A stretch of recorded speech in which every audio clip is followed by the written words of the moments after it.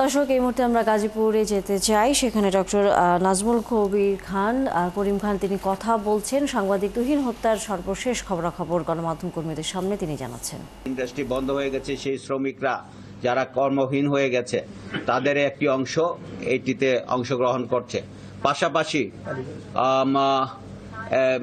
একটি যারা দীর্ঘদিন এখানে শাসন করেছে, দেশ শাসন করেছে, এই জায়গাটি তাদের জন্য একটি খুব জোরালো জায়গা ছিল। আপনারা জানেন 2001-এ যখন সারা বাংলাদেশে মাত্র 58টি সিট পেয়েছে ওই দলটি, যখন গাজীপুরের 5টি সিটি পেয়েছে, তার মানে এই দলটি এখানে খুব শক্তিশালী একটি দল। সেই দল যখন রাজনীতি থেকে দূরে থাকে তখন তার যে সমর্থক আছে তারা প্রতিনিয়ত চেষ্টা করছে এটিকে আনস্টেবল করার জন্য।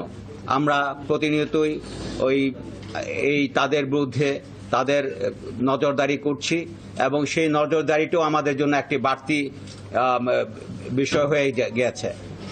এইটি আমরা মোকাবেলা করতে গিয়ে দেখা যাচ্ছে যে ক্রাইমের প্রতি যে যতটুকু আমাদের মনোযোগ দেওয়ার কথা, এদিকে নজর দিতে গেলে দেখা যায় যে সেই নজরটুকু আমরা দিতে পারিনি।